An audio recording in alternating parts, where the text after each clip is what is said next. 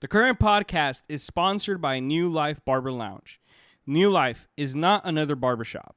This is a place where you will find great energy and a friend in the New Life crew. This is a place all about the experience. They will take care of you and have you looking spectacular. Don't waste your time at any other place. Go right now and follow them on Instagram at New Life Barbers and get yourself looking spectacular. Welcome to the current podcast. Thank you for joining us in another episode tonight. This is Byron, your producer. We have my co-producer right here, Mauricio. How you doing, bro? We're real good, man. This is a hot night, but we're doing really good. Yeah, tell me about it. We finally officially started summer, but we also have Enzo, our host. What up, bro? How you doing? Good, and yourself, man? And then we can't forget our other host, Manny. How you doing, bro? Hey, how's it going, Byron? And to also good, thank you, bro. And then also to top it off, we have a special guest tonight. Everybody welcome Laura Romo from ESPN. Hey, what up? Hey, how's it going? How are you guys? Very well. Thank you for being here. We appreciate you taking time out of your day to be here with us. I appreciate you guys having me. Of course. I don't know about the Sixers jersey in the back, but no, it's About which one? the Sixers jersey. Oh, You're no. wearing- No. Where is it? I don't even see it. Oh, No 'cause I'm wearing Sixers it. jersey. No, I'm wearing the Ivers jersey. Oh, It's for the you. player. You, Yeah. Byron. Yeah. I got the Lakers shorts. As you can tell, he's a little confused. Oreos, Sixers. Yeah. I'm everywhere. Yeah. I told him not to we drip down. diehards over here, you know, Laura. So it was. Yeah, it was you see the Kobe pictures all over the room. Good, good. Yeah.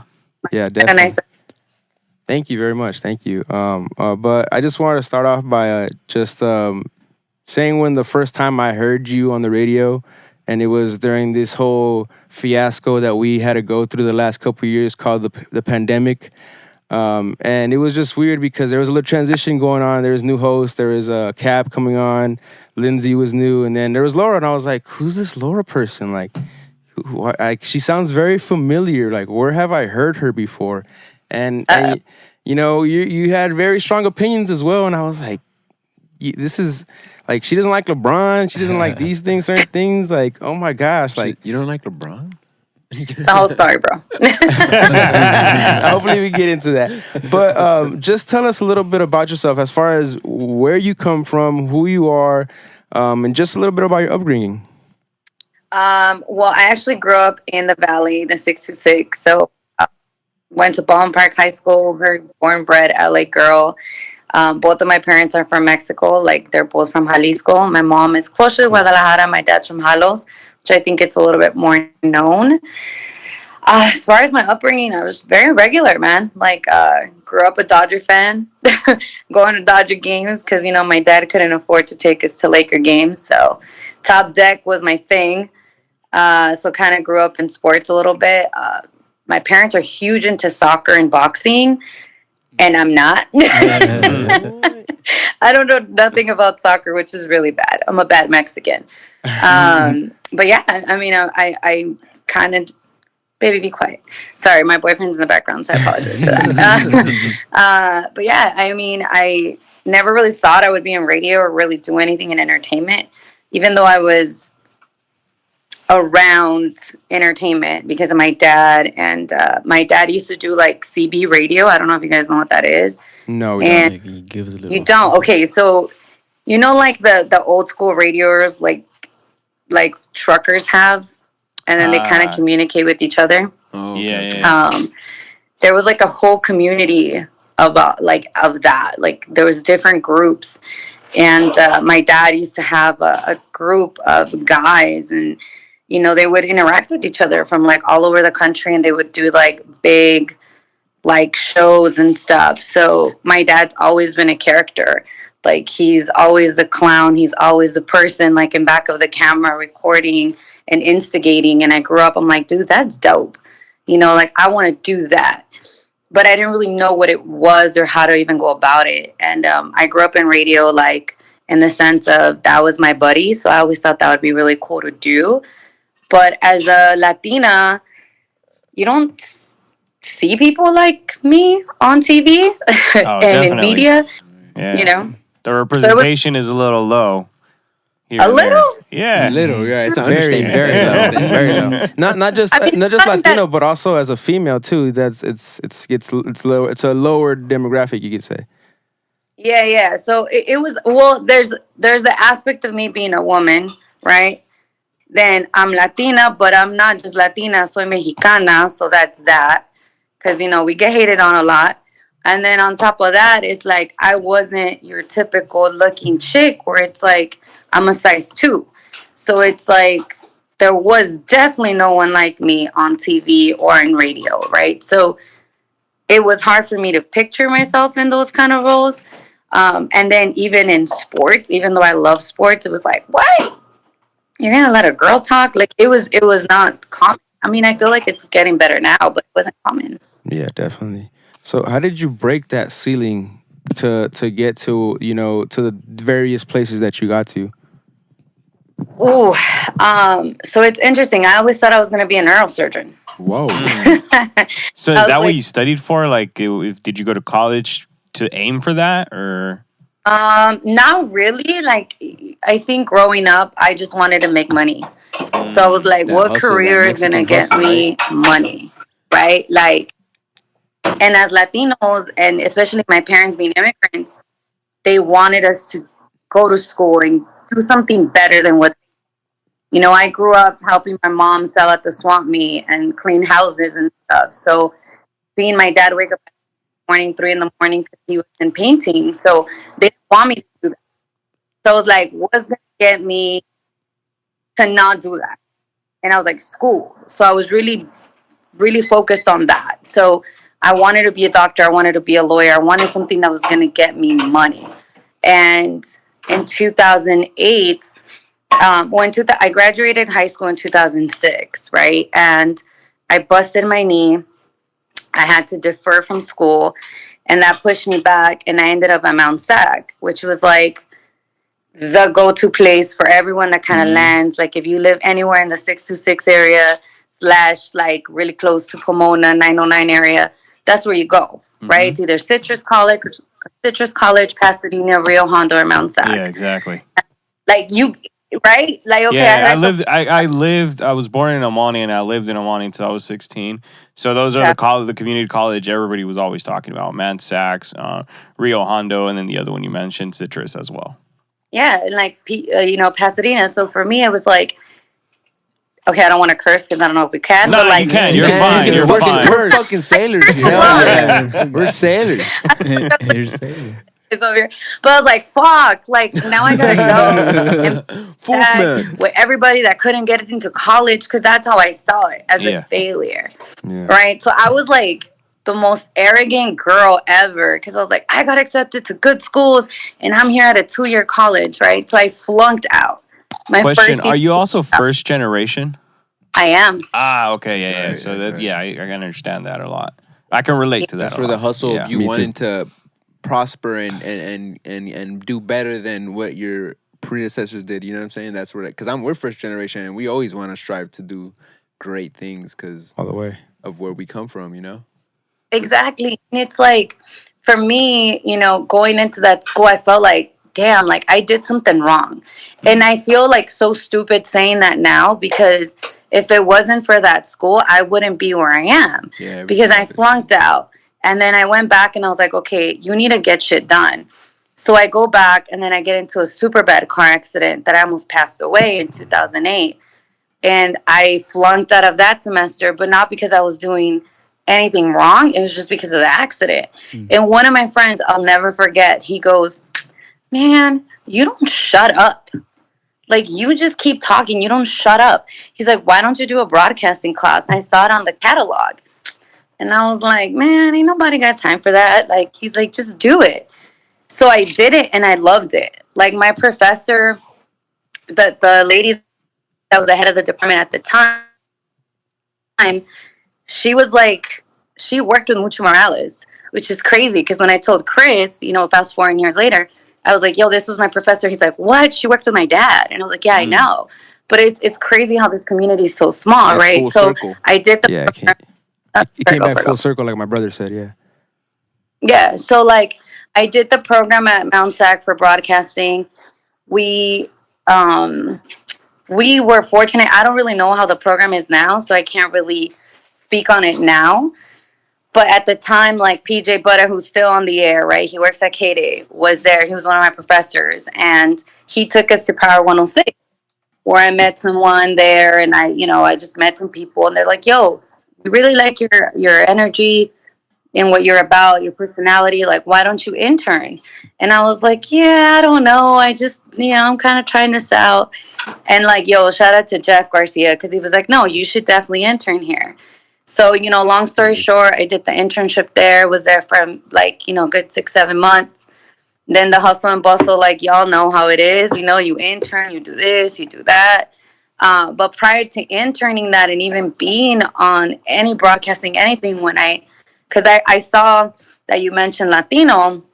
So Latino 96.3 used to do a takeover, like middays, right? Yeah. It started. That's where I recognize your voice from, by the way. When you finally put it together, I was like, that's where I recognize your voice from. My sister used to always listen to that. Yeah. Mm-hmm. Crazy. That's so crazy because like the takeover was so like I remember getting there and I met Sandra Peña, who had just kind of taken over for the other people that had came in. And she's like, hey, this is how it's gonna work. I'm gonna come in, I'm gonna intro you, you talk for a little bit, and you get out. I was like, cool. So it was an hour. We didn't really talk a lot. So when, I think you mentioned that to me, I was like, dude, that was in 2008. Wow. Like, that's so crazy. I wasn't even thinking of doing broadcasting. I had already had my accident. So, I kind of did the hustle and bustle, did power. That was a rough ending. It kind of really discouraged me in the business because of how a lot of things went down. And I got out of the business, did a regular job, but I hated my life. Damn. Like, hated my life. Because you had already found your passion, the thing that you actually liked. Yeah. Like, I was making great money. Like, I look at it now, and because, I'm about to be 34 next month. And I'm like, dang, I would be balling if I would have invested into something because I was getting paid great. But I was partying every night with like the DJs from Power 106. Wow. You know what I mean? Because like Alhambra, Pasadena, like those were the places to go, right? Iztapa, right? It was like the thing back then. And I was partying with them a lot. Why? Because Slide Bar and Fullerton. Because I wanted to be around the environment that I had left. And, again, I did the hustle and bustle, landed at KISS. Love that place. I have nothing but respect for JoJo and his producer. He's not his producer anymore. He actually works for Apple Music. But Ian Zach, like, love those guys. That didn't work out. Landed in a Spanish station. Did that for a few years. I got sick, and I had to leave the business, completely. Oh, shit. Right? And then, so Briones, who I work with, we went to college together. And really? He's like, yeah. He's like, dude, you need to be in this business. And so many people have told me that. That's how I've gotten back in the business, right? When I went to KISS, it was one of my classmates was like, dude, you need to be back in this business. Here's who you need to talk to. So it's really like all about networking and connections. Like I tell people, definitely don't burn a bridge. Right. Yeah, you never know who's gonna make it. You never know you got to cross that bridge again later down the line. Life always works with full circles. It's like it's inevitable. We're gonna bump into people we knew in the past. I have a question though. No, go for it. I talk a lot. You gotta cut me off. When you're going through these process and you have to be a radio personality, does your voice have anything to do with how you get acclaim or how do you get the people's attention or is it just personality? Honestly. Sorry, my boyfriend's over here putting opinions too. Like, I definitely get him a mic. Get him a mic. Eating.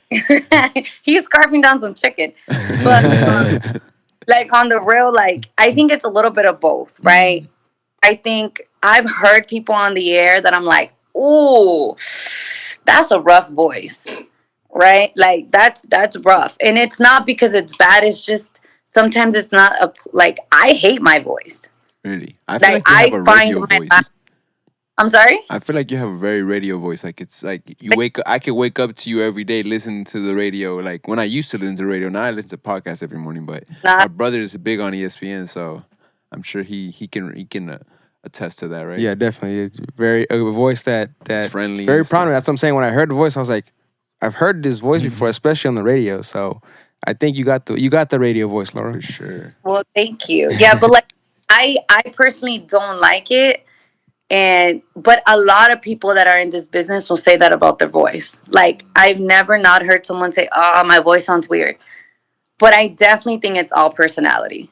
Like you can have a dope voice. Like I know some guys that have like this beautiful, deep, like Barry White, Yeah. voice, but got no personality, bro. And it's like, Doesn't what? mix. It doesn't mix. So I definitely think. So that's interesting that you brought up Jorge because I was conflicted when this whole Mandy's thing came up because they pinned you guys against each other, and I've my bad. So when this whole Mandy thing came up, I was in a little conflict because I've been listening to the morning show, like the old morning show when it was when Chris Morales was producing and it was Jorge Briones as the board op and all that stuff. So I've been listening to Jorge and his personality on radio. I can't hear you guys. Can't hear us? Okay, now I was Okay. like, what's that? My bad. I have to mute us so that we don't. I don't cut off the audio for you so much. You're good. You're. So I was just bringing up Jorge how like I listened to him back in when it was the old radio show when it was with Keyshawn and Sedano was on there as well.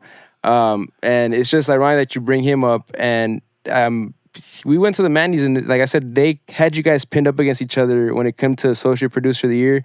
And I was voting for him heavy, if I'm being honest with you, just because I've been following for the longest. And what was that? I said it's all good. I appreciate the honesty. Yeah, but then I reached out to. I remember you started doing the lives on IG, and then I reached out to you, and you were like, and you were down to do this podcast, and I was like, damn, I gotta switch up my voting now, like. and I started voting for Laura, so I voted for Laura, but. Yo, Jorge held it down on Friday. Like, he held it down. Here's the thing. Like, I've known George, like I said, since 2008, 2009. That's a long time. Yeah. And this kid is so talented. Like, he always wanted to do TV and radio. Like, everything he did for the Mandy's, that's what he's been wanting to do. And he's worked in TV, right? But I've always told him, you have a great radio voice. Now I hate radio. He was my intern when I was. Wow. That's wild. Like he was my intern when we were at I don't know if you guys heard of the station. Well, the company Entravisión, right? Yeah. They stations in LA, all over the country, but they have a few. They own Super Estrella, which is kind of where I did a lot of overnights and stuff for a bit. And he was my intern. And then our boss was like, you know what? I want to bring him in, whatever. So he got hired, but he didn't like it. Like he didn't really like radio. He went back to TV and his goal was ESPN.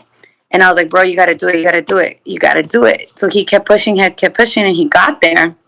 And then he landed on the morning show with Keyshawn and he would tell me stories like, man, blah, blah, blah, blah.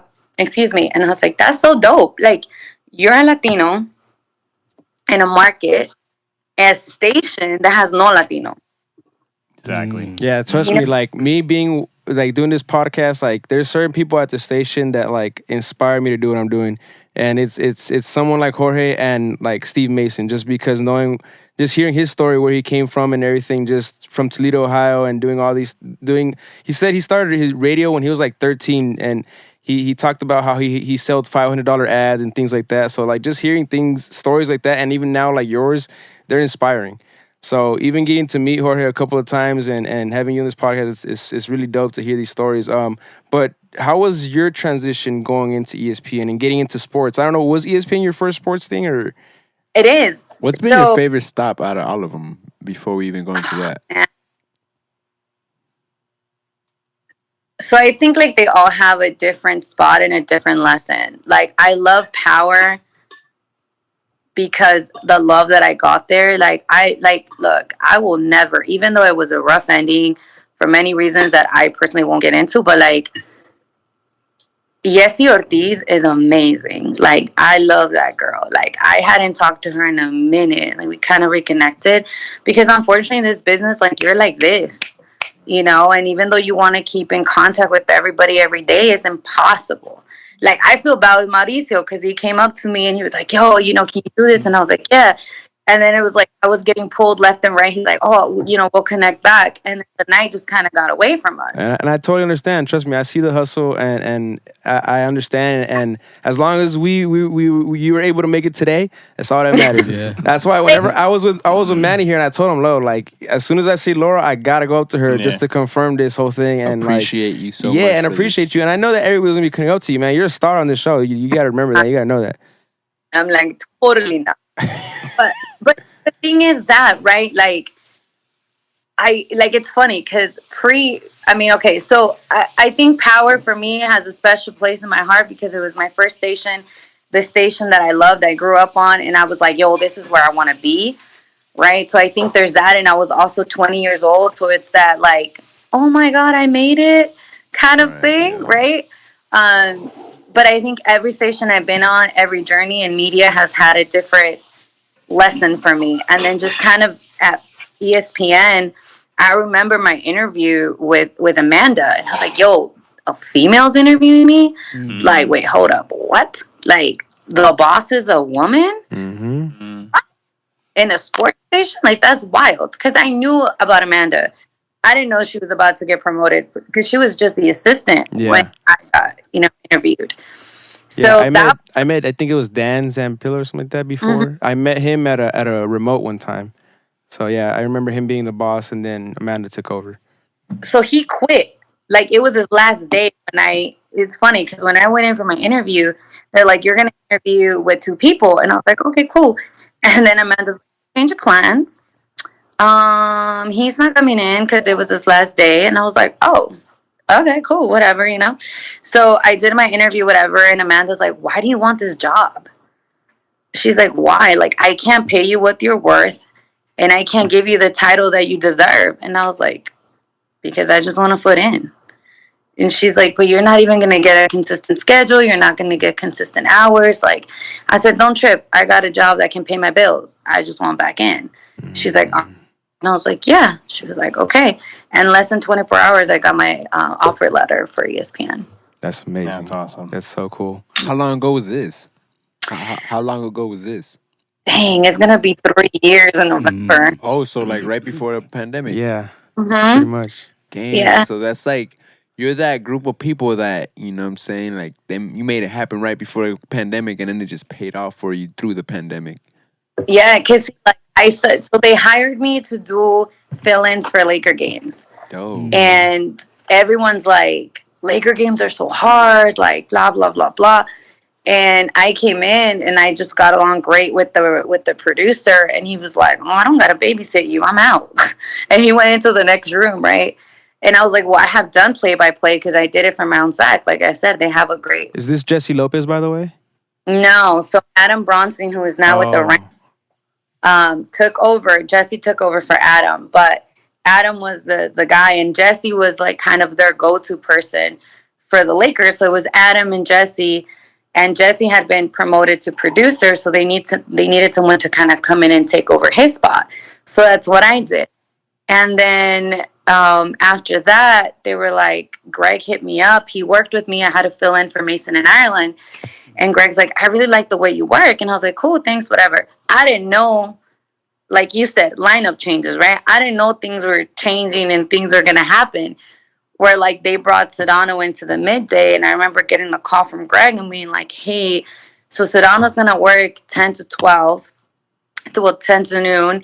He's like, it's going to be a Monday through Friday, Greg. He's like, you're going to lose hours because, the Laker games are longer, but you're going to be consistently working here. And I'm like, dude, hell yeah.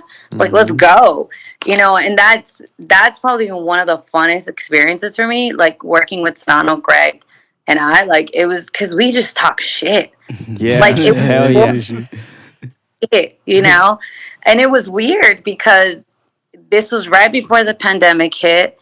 So we were working and we were all in studio and we were hearing about, COVID and this and COVID that. And then all of a sudden, like, things get shut down. And now we're alone in the studio and doing literally everybody's job. And it was only 4 people that had clearance to be in that building. Fanchu's still there, a guy that's not there anymore, Briones, and myself. Wow. And it was like, oh shit, now we got to figure out how we're going to do this remotely. Like, how are we going to connect our guys? And like, shout out to Adam because he figured all that stuff out. But it's just been like crazy, like having people back now and like kind of getting used to that. Like, it's been a wild transition, but like, I love it. Like, I genuinely love what I do. And what's on the horizon for you? What's next? What's the next?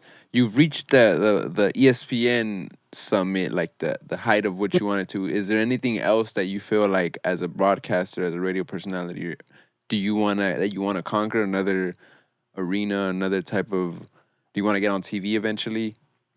I didn't think I wanted to until like, this is gonna be super sappy, but like not because he's here. But like really, like my boyfriend, like he's always like, you didn't think of this, you didn't think of that, and I was like, nah. He's like, why not? And I was like, well, it's like, it's not, but why not, right? Like, my thing is, I love what you guys do because you guys put content that you guys want, right? When you're doing your own thing and you don't work for a network and you're not censored, like you really built, but it takes time. Right. There's 4 of you guys. Yeah. When I was doing my podcast, it was me producing, editing, distributing, everything. And my co-host would just come and record. And I was like, yeah, I can't do that. So definitely in the works, I want to bring my podcast back. A little bit different. I just trademarked that. So I was really happy and really proud of that. So I definitely want to build more of a brand of your own, of my own. Mm-hmm. Right. That's also great because like now you have YouTube where you can transition your personality from there to YouTube, and I think for yourself it would be much easier than for somebody like us that we're damn near trying to get our foot in the door ourselves. You know what I mean? Like. And you'll be surprised. I feel like people say that a lot to me, and I'm sorry to cut you off. Like, they're like, oh, you got a name behind you. But it's like, I don't, right? Like, someone said, like, oh, you're a star, you're known in the show. And it's like, I really think of myself as, like, a regular chick. Like, I just happen to do something really cool, and I love what I do. I guess I'm just a big fanboy with the ESPN radio, so I'm like, and I want to be in your shoes. You're part of the fan base. So, yeah. She doesn't believe it yet. Yes. But you are, you know what I mean? So, you saw how many people were coming up to you. Don't act all like if you're not. No. You have a fan base. That's the crazy thing, right? Like, because, okay, like, going back to Power, right? And being 20 years old. And like I said, I've known Briones forever. So I remember being 20 years old and thinking I was the shit as a fucking intern, right? Because of where I was. And he's like, yo, calmate tus humos. You got to bring that shit down. And having... Keep your foot on the ground. Yes. And like, now that it's weird because now where I'm at and like with what I'm trying to do and stuff, like I don't think like that. I just love what I do and I love connecting with people. Like that's, I just graduated with a psych degree and everyone's like, oh, you would be a great therapist. I'm like, yeah, I am. I don't do it in the sense that I get paid for it because I don't got a license. But, interacting with people over social media or even when people stop you like, oh, I love this, I love that. Radio was my therapy. Listening to the Goodfellas, listening to Big Boy, listening to the Steve Harvey Morning Show, like listening to those people, to Theo and like PJ and like whatever. We can go back. So Spanish radio were you on the radio with DJ Charisma? You know her probably, right? I do know her. Cool. Know her. Because we interacted when I was there at Power, but like we haven't seen each other in like years. 12 years. Oh snap! Yeah, because you said you were on Promo 6 and 08, right? No. 2000. I got there 2010. Oh, okay. Yeah, it was 96.3. She was there in 2008. Oh, okay. Got you. Like literally, I applied like 2000. And another question. It's been a minute. Like, and it's crazy because What do you like besides like from the music side and then the sports side? What do you like better? I can talk. On Because in music, you can talk. You get, right? You don't really get to develop an opinion or share a thought. It's like, boom, here's your song. okay. Right? Unless you're like on a morning show, like a Big Boy or like a J. Cruz in the afternoon. But even then, if you notice, it's still limited, right? Where talk, you guys have blocks to talk and really show off your personality a little bit more. I feel. Okay, so you can really like you can explain why you don't like LeBron James in a ESPN. He wants to hear that explanation. He's like, He needs a little brief explanation. I'm a Kobe Bryant lover. Like, you can see the Kobe Bryant behind me right here. But I'm just curious to see. Okay, my thing is, I grew up like I gravitated more to Melo. Like when they both came into the league, it was just maybe because he's half Latino, he Puerto Rican, whatever. But like to me, it was just cool. Like you can't deny who he is as a player. Right.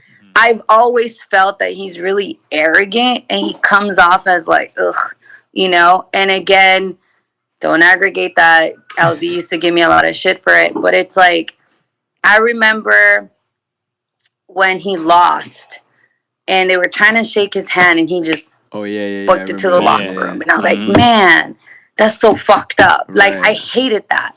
And I know Kobe did it too. He was super arrogant. But I feel like he grew out of that. Whereas LeBron still has that very, like, arrogant kind of mentality. So for me, it's about that. And, I am a big Kobe fan. Like, there's that too. Like, I'm not going to sit here and front about that.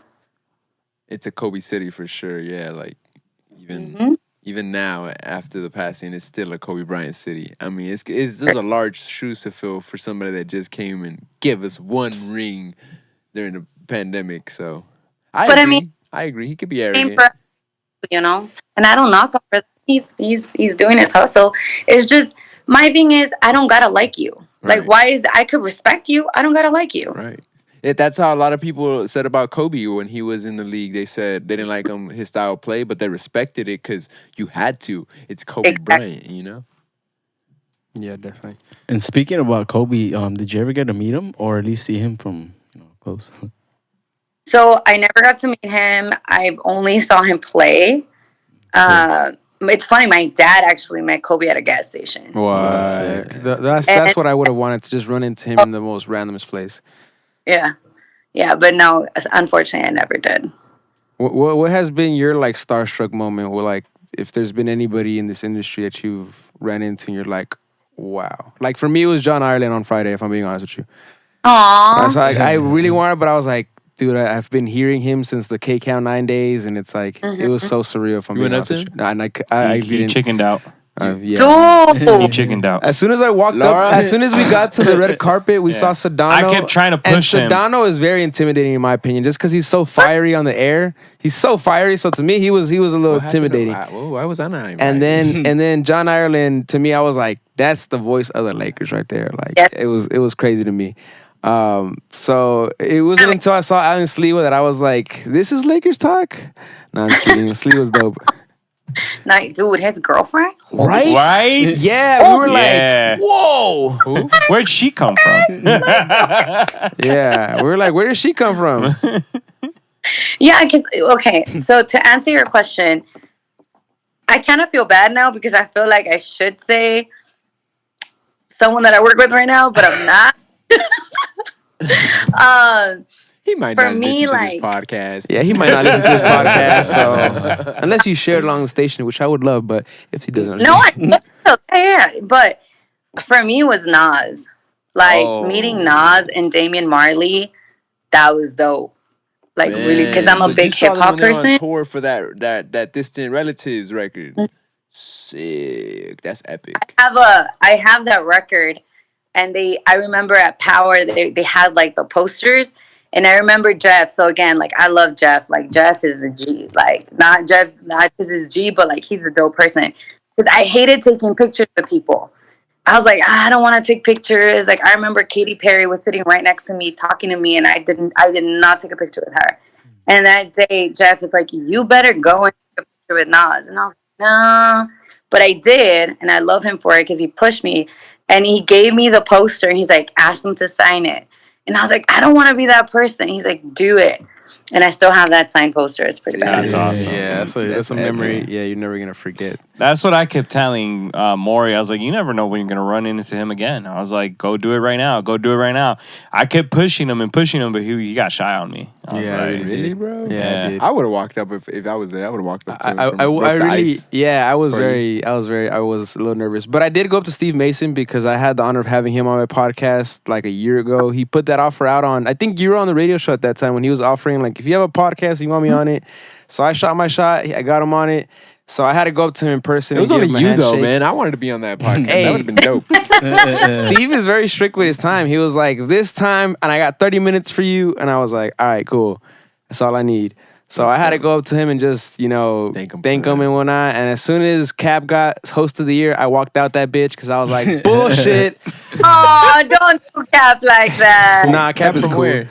We're talking about Scott Kaplan, who's he's a radio host in the He's the afternoon newest show, host. and he won host of the year. And I was like, oh, Steve deserved that. But I can't be mad at Cap for it. No, shut up, man. My boyfriend's like, after that. What he say? My boyfriend's like, I voted for Cap. Just because he works for Laura, that's okay. Right. Like, it's funny because look, I agree with you gotta meet people. Like, I had a listener that was like, oh, I want to go up to Cap, but I'm like, pfft. I grabbed him, let's go. And it was the dude that bought me the drink because you were there when he was like, he was kind of tipsy already. Yeah. That's why you stepped away. And he was like, oh, I don't want to talk to Cap. I literally pulled him and the other two guys and like, let's go. Because, look, I appreciate people and they're like, oh, you're so-and-so from so-and-so, whatever, right? But, like, on the real, like, I think of myself hella regular.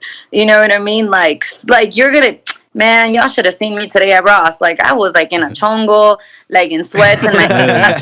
the incognito. You know? Like, nah, it's not even incognito, bro. Like, I was lazy. I was tired. Like, I'm that person. All of us are that people, but like, we just happen to have a cool job.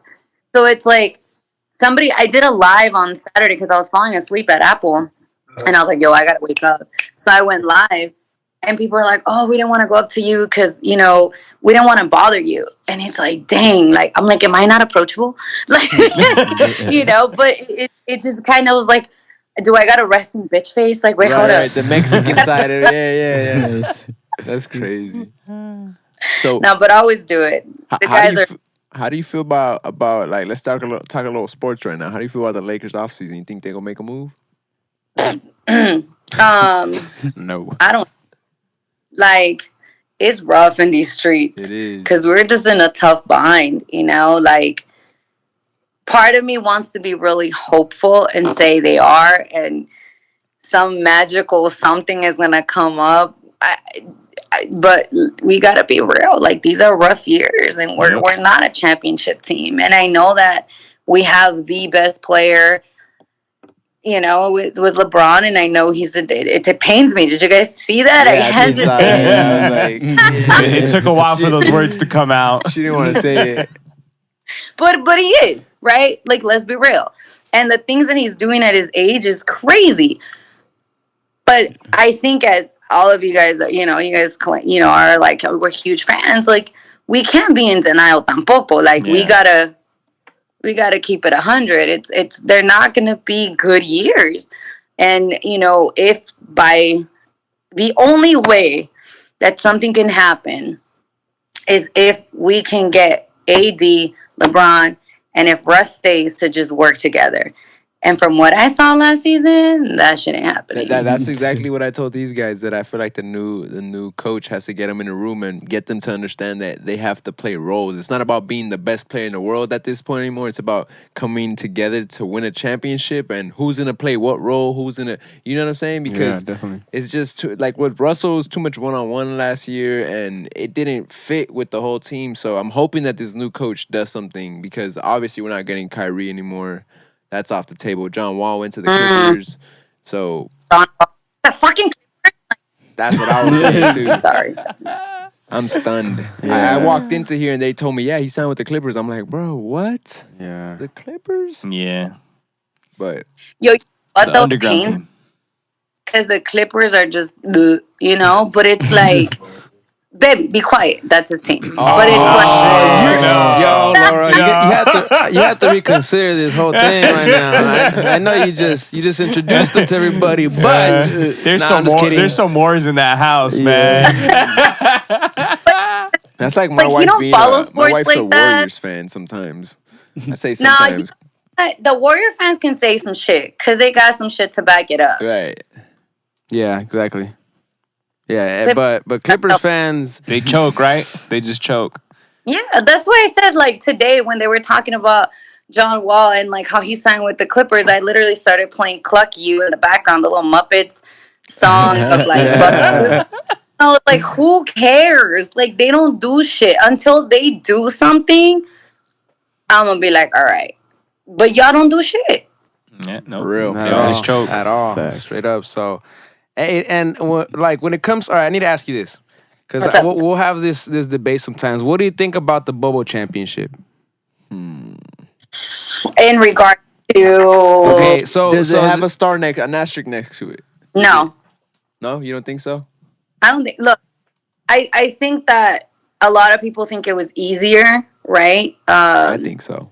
I personally don't, because I mean that was a rough year mentally for people, right? Like forget about sports, forget about anything that has to do with anything like that. Just in general, like globally, what people were witnessing, what people were going through, you know, we are meant to interact, right? So we couldn't do that. Like our world shut down. And then you're pulling people, because a lot of people feel like artists and athletes are like, oh, you're supposed to do this You're right. because this is your job. I And was yeah, gonna say part that of me right now, believes yeah. that, right? Part of me believes that. Like, yo, this is your fucking job. Go do it. But at the end of the day, like, imagine you getting plucked from your safety net, because now we're in like clusters of safety nets, right? Your home, wherever you're quarantining, you're plugged from that. And then you're alone, and then you only get to take, if any, selective people. Like, that's tough on you mentally. So I think because of the mental struggles, I think it was such a tough championship for the guys. But a lot of people think, oh, it was a short season. Oh, it was this. I mean, you can do all that shit. But I just feel because of the mental that you had to go through, it was tough. Yeah, and I think that not only the Lakers but all 32 teams were under that same circumstances. You know. Yeah, and then we also got to remember that at one point they even thought about walking away. You know, at one point of that whole thing. And The who only was leading reason- that? The fucking Clippers. The only reason why I feel like it was easier from the Lakers standpoint, and I'm just gonna say AD, because he's never been a healthy player all around. So those 4 months that he had prior to us getting to the bubble and them, you know, he had time to rest and heal his body up so that he can perform at that level, that elite level that he did for us, because he was balling. He had game winners and everything, right? But that's the only reason why I feel like it was better. It was easier for them, for the Lakers, Well, not for the whole. but Yeah, I feel it like wasn't an easy experience. I know, but like, it wasn't just the Lakers that had that. You know what I mean? So it's Right, but like, I feel like the Lakers that's- definitely benefited from AD yeah. more than anybody, because he's such a like fragile player that's the only person that I'm like, just My because of thing is- who he's done, like the track record following that.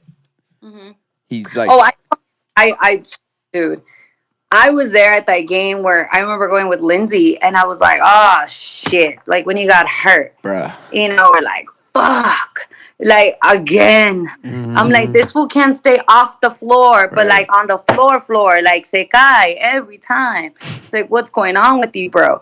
And I give you, and I understand exactly what you're saying. But at the same time, they weren't the only team, though. You know what I mean? That had that benefit of the rest. So it's like, can it really be easier? No. Because if it would have been the only team where it's like, okay, you guys only have this and everybody got to hustle, that's different. Yeah, there's a big difference there. So I just want to see what you thought about that bubble championship there. More kind of just fast forwarding things though. What was your evaluation of the Mandy's, and what do you think could top it next year? Ooh, I loved it in the sense of like the interaction, right? Like Dios mío, espérame. Like I feel like it was super cool that we were able to be around people because we haven't, like, you know, because of the pandemic, we haven't really been around listeners. And like, to me, that's one of the biggest reasons why I got into radio, to interact with people. So that was dope. What could top it? Hopefully no one tries to streak, pero I don't know. Like, I think it would be cool to get like a stream of it. Yeah. I know people were kind of asking for that, but I like the exclusivity of stuff. Like, if you were there, you got to see cool shit. Yeah, it was a really wild night. Who went? I mean, I know I went, and then Manny. Yeah, went. I went with him. Okay. I wasn't invited.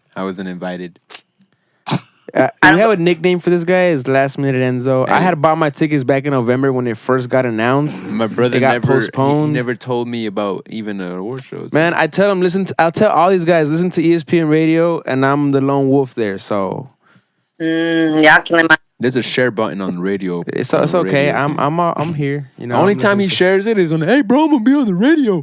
Tune in. when Laura finally gives me my shine on the radio, you know, like she screens my call and she's like, all right. I don't even screen the calls no more. I used to during pandemic because I was by myself, but I don't anymore. Yeah, I think you screened one of my calls one time. I called into the Mason and Iron show. So yeah, a long time ago during the pandemic, I think. That was a while ago. Yeah. So that's not the one where you won the Laker tickets? I don't remember where I won Laker tickets. Oh no, I won Laker tickets on the morning show when LZ was still there. It was when they were doing, it was like Money Madness or some crap, something like that. And I won the tickets by calling in. I remember I was at CSUN in the parking lot, and like I literally got out. I was so happy, and then literally 2 days later, the pandemic shut down everything. Rudy Gobert touched the mics, and that was it. Oh, I remember that day. And they're like, oh shit, I got COVID. You know, and then I remember I had Janice's email, so I hit her up. I'm like, yo, are you still giving out these tickets? Because I won this shit, you know? So. Did she hook you up? Yeah. I went actually to go see the Lakers versus Cavaliers. I took my brother. I took you to that, you see? So shut up. You know, so I took him to. Benefit from him listening.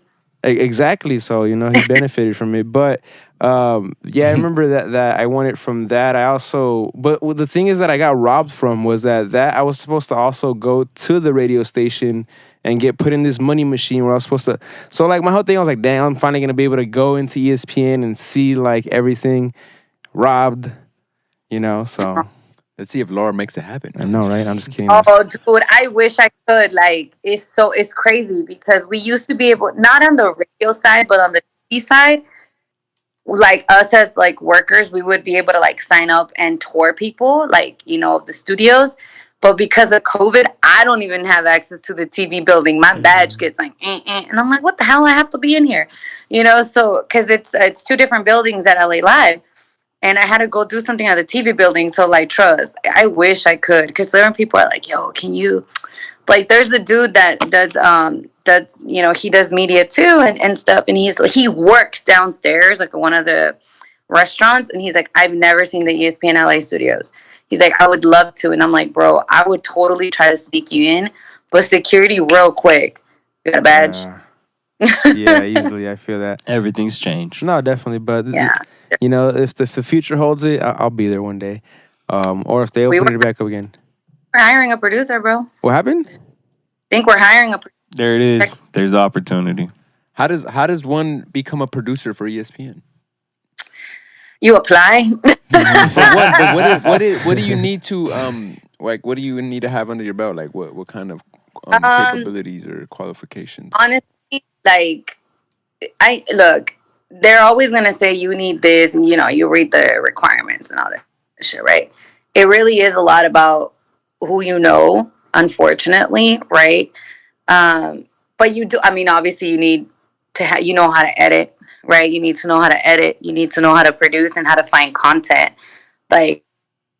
But I feel like so many people now, like that's it's not hard, right? You know how to you have to be able to give points and be like, okay, and give different perspectives to a story, right? Like you talked about the bubble, like this is the reason why. Well, what about this? Or you got to think for 3 or 4 different people to give different perspectives, Right. Definitely. and also have a personality.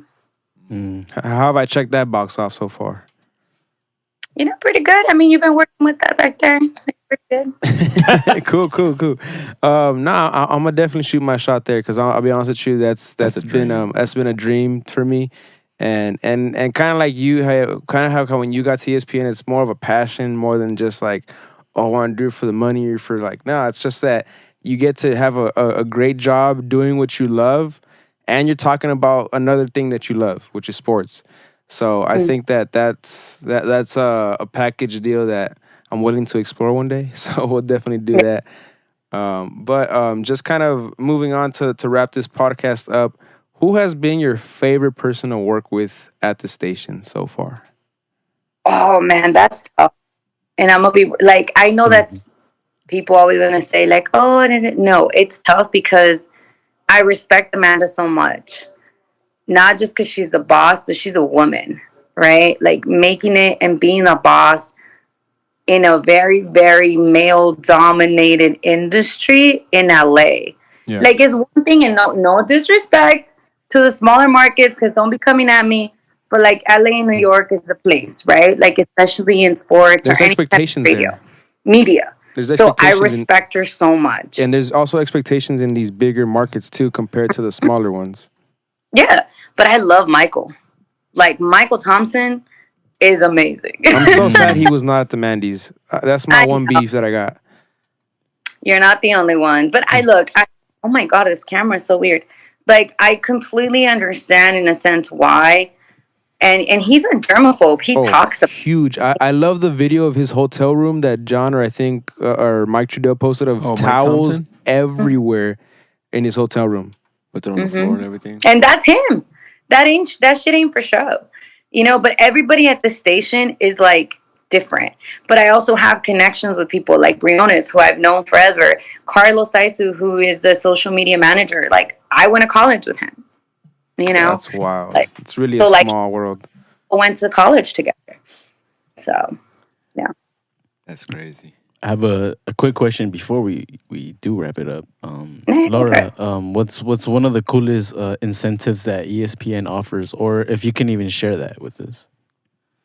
No, we talk about it on the air. Like, one of the coolest perks that we have is we are still, like, even though I'm sure Mauricio knows because he listens. Yeah. The station was sold to Good Karma Brands, and they talked about it at the Mandy's. But our team, like the programming team, the hosts, the producers, right. Amanda, we're still all owned by Disney. So one of the coolest perks that I have is being able to go into the park for free. What? Cool. Yep. Being a Disney employee, that's what you get. So that's sick.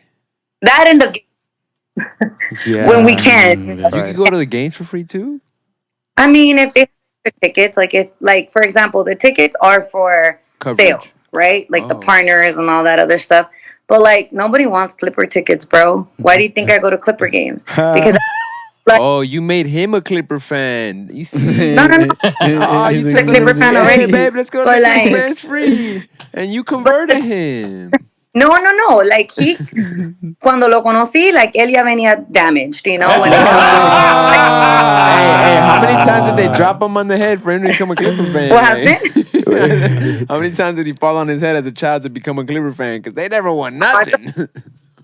Don't do that to my man either, okay? He's very smart. No, we just giving him shit. He was a cool dude. That's why I'm walking around. All I yo. want to know is, okay, was he the Clipper fan when, Sean Livingston and Baron Davis was on the team? Like, he's a day one diehard Clipper fan. Not when not when we got the Lob City and everybody's trying, like, we got the selfies and the banners. Not that Clipper fan. That's all I want to know. Because it's tough, but yeah, he was day one Clippers. Okay, I can respect that. Corey Maggette, he knows those names, right? Elton Chris Brand. Kaman. Yeah, okay. He's in working 6 a.m. Okay. Like, yeah. That's great. Thank you so much, Laura, for being on with us today. I will have to ask you for one favor though. What's up? You have to help me get Jorge on this podcast. Oh, that's easy. I know he'll do it. That'll be dope. That'll be dope. Yeah. I went up to him and I got a selfie with him and I was like, bro, the fact that you still working during this whole thing, I was like, that's dope. You know what I mean? Dude, let me tell you, like I said, not because I known the kid for so long, because I do, but he's so talented and I'm so proud of him. And like, people are like, oh, are you mad that you lost your Mandy to him? Fuck no.